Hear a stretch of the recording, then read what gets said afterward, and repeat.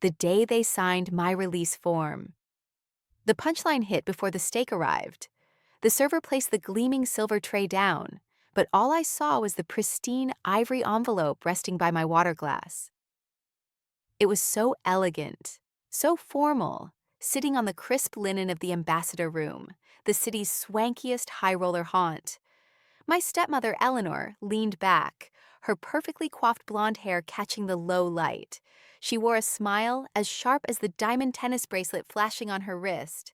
Beside her, my father, Marcus Thorne, the titan of Thorne Global, cleared his throat with the practiced authority of a CEO about to drop a stock bomb.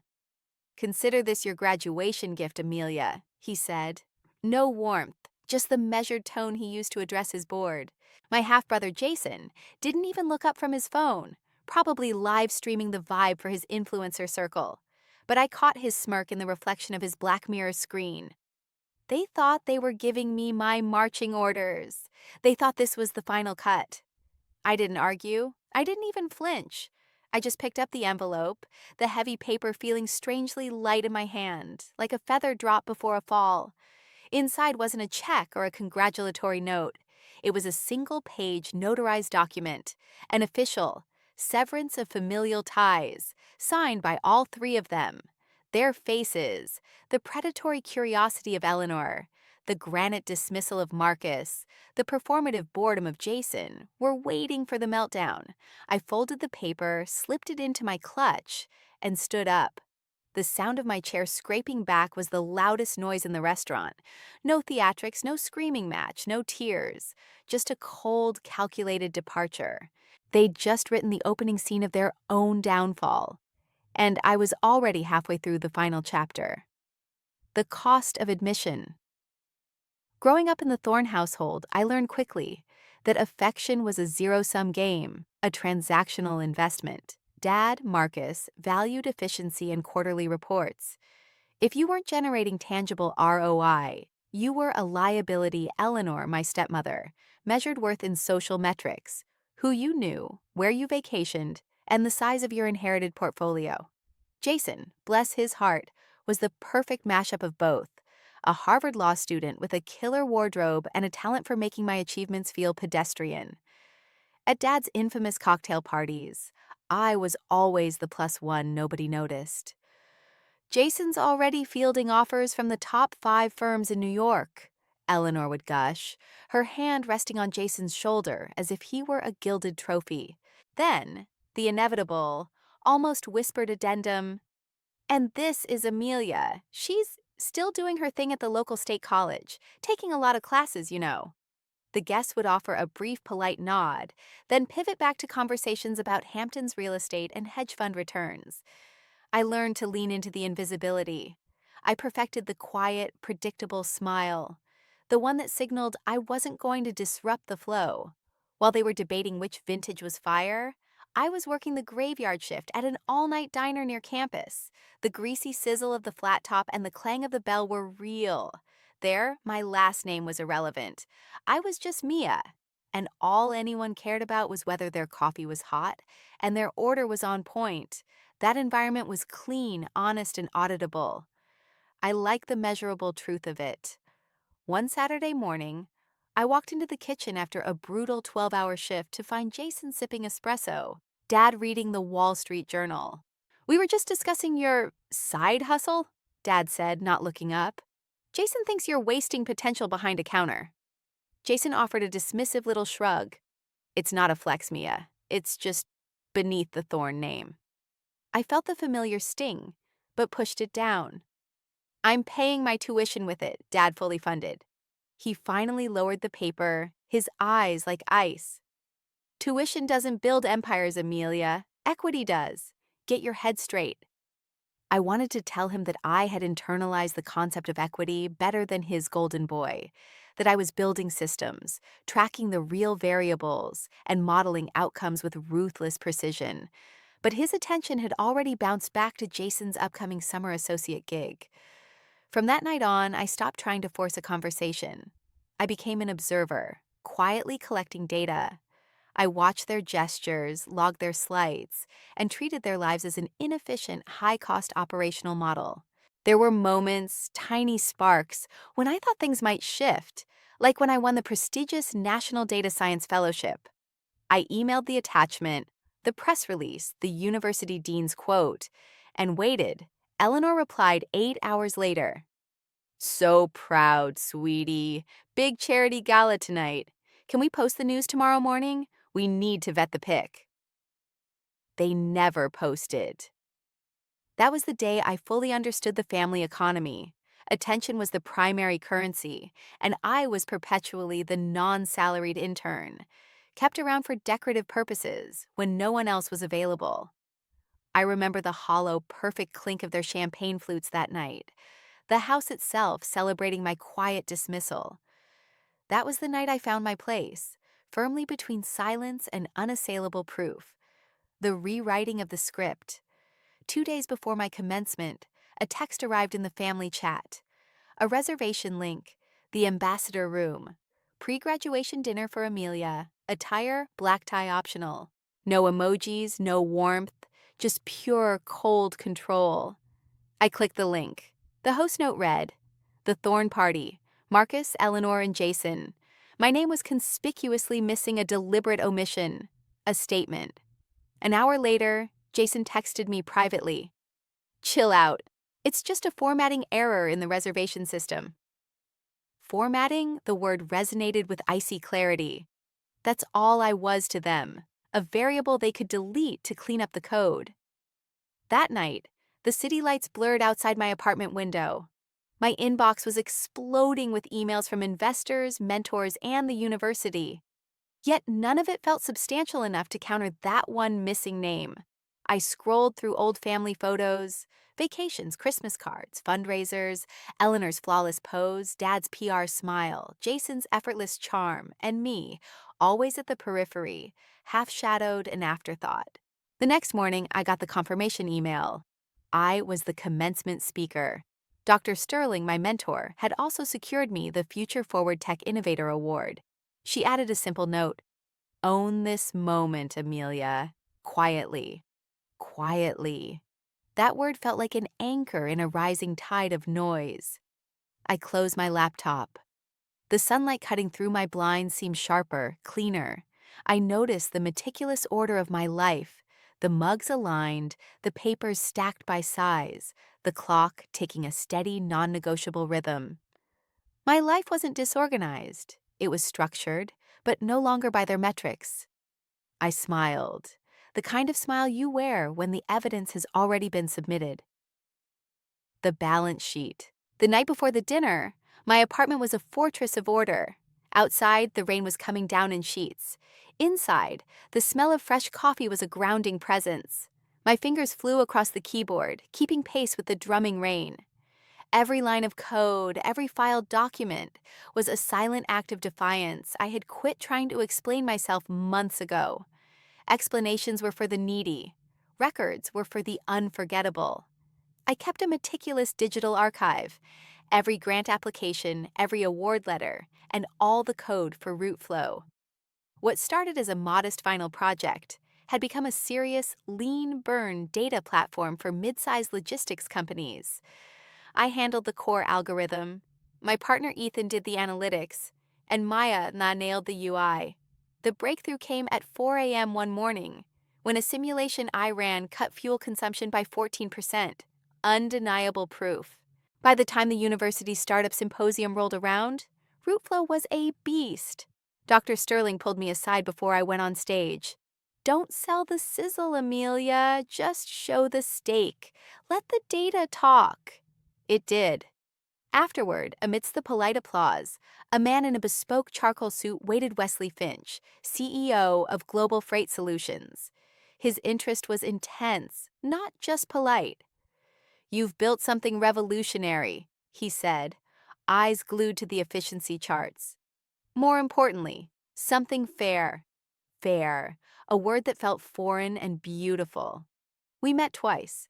The third time he slid a folder across the table, a letter of intent.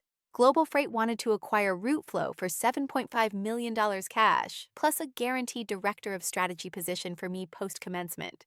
I didn't sign on the spot. I meticulously audited every clause.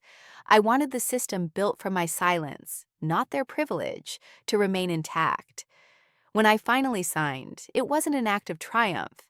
It was an act of achieving perfect balance. I immediately started building my physical archive printed copies of the final contracts, time-stamped receipts, licensing agreements. A paper trail that didn't just tell a story, it sealed the narrative. The night I received the wire transfer confirmation, I printed the letter. The sound of the laser printer was more satisfying than any applause. I then opened the family chat. The most recent message was Eleanor's, a photo of Jason accepting some award.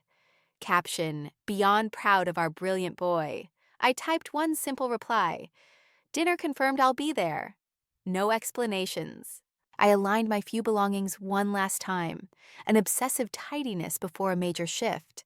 My contract folder, my degree paperwork, and an old faded birthday card from my mother, before she left, before Eleanor, that read, "My fearless little firefly." I placed the thick new contract papers beneath it.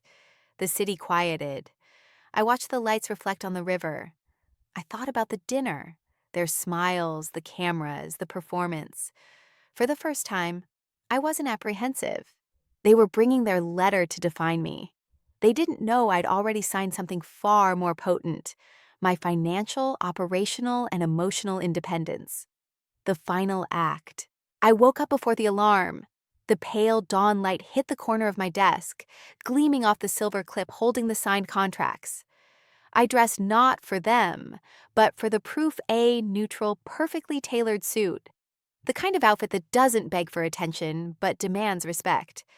I aligned my coffee cup exactly 1 inch from the desk edge order. Proof. When I reached the ambassador room, the hostess recognized the Thorne name.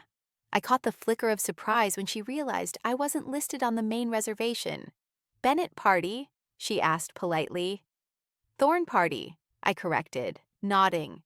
"Yes, they're expecting me." The room smelled of dry-aged steak and old money. My family was at the corner table, bathed in the soft glow of a crystal chandelier. Eleanor waved, her movements stiff. Jason lifted his phone, his filming finger already itchy. "Amelia, darling?" Eleanor cooed, her voice all surface and zero substance. "We have a little something special for you." The server placed the immaculate white envelope beside my plate. Dad leaned forward, the heavy gravity of his authority filling the air. "It's time we all move past the drama," he announced. Eleanor smiled wider. "From all of us, sweetheart." Jason's phone was recording the moment. I opened the envelope. The paper was stiff, expensive. The text, formal and legal. "We, the undersigned, hereby declare a final and permanent termination of all financial and emotional obligations to Amelia Thorne. Effective, immediately signed by Marcus, Eleanor, and Jason. A perfectly executed disownment. My graduation gift." They watched, waiting for the familiar scene. The tears, the outbursts, the pleading. I simply folded the paper, once, twice, and placed it perfectly next to my spoon. "Thank you," I said. My voice was level, almost low. Jason blinked. "You're thanking us?" My father's grip tightened on his wine glass. Eleanor's face was frozen. Jason's phone dipped slightly. They weren't sure what they were filming anymore. "Amelia," Eleanor said, a thread of panic in her sugar-coated tone, "you don't have to make this a whole thing." But I was already reaching into my clutch. I pulled out the slate gray folder, the exact color of Wesley Finch's suit, and laid it on the table. I opened it toward them. The Global Freight Solutions letterhead was a beacon below it. My name, Amelia Thorne, Director of Strategy and RouteFlow Integration Lead. Silence. The quartet in the background shifted to a waltz, an unwitting soundtrack to their demise. Jason leaned in, reading fast. $7.5 million? This is your company? "I built it," I said quietly. "Then I sold it. The deal closed last week." Eleanor struggled to maintain her composure. We had no idea." "I know," I said. It was the first time I'd ever seen her truly lost for words. My father reached for his glass, but his hand was shaking. just enough for the crystal stem to tap the marble table. I didn't shout. I didn't gloat. I simply stood. "You can keep your letter," I said, sliding their disownment papers back across the linen.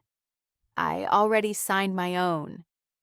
The sheer, quiet irony of the moment landed like a gut punch as I walked away. I heard Jason whisper something, a curse, a moment of realization, but I didn't pause. At the doorway, I looked back through the glass. They were still sitting there, frozen, surrounded by the polished, empty world they had built. Outside, the Chicago air was cold and clean. It smelled like rain and absolute freedom.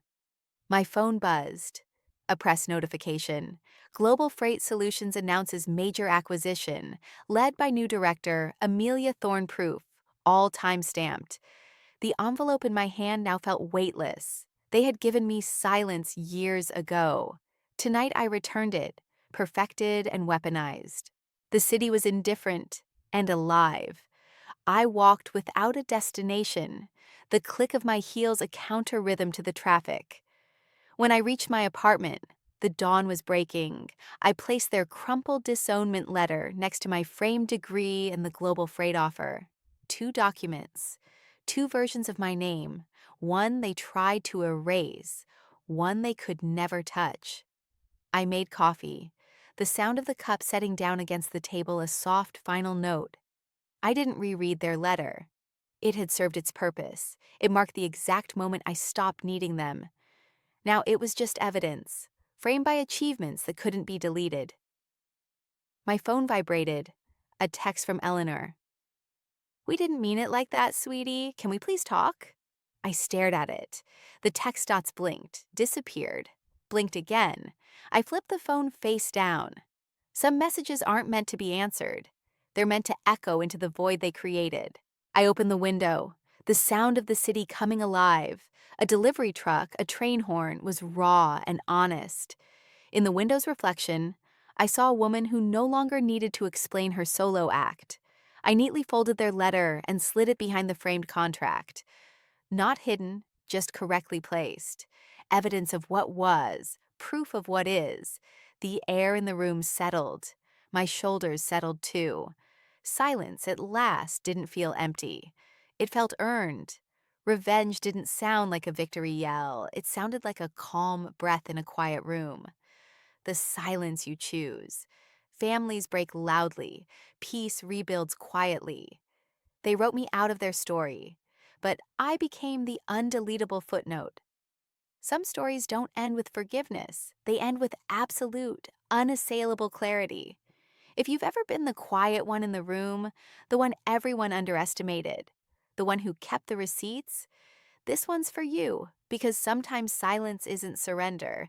It's the most strategic play you'll ever make.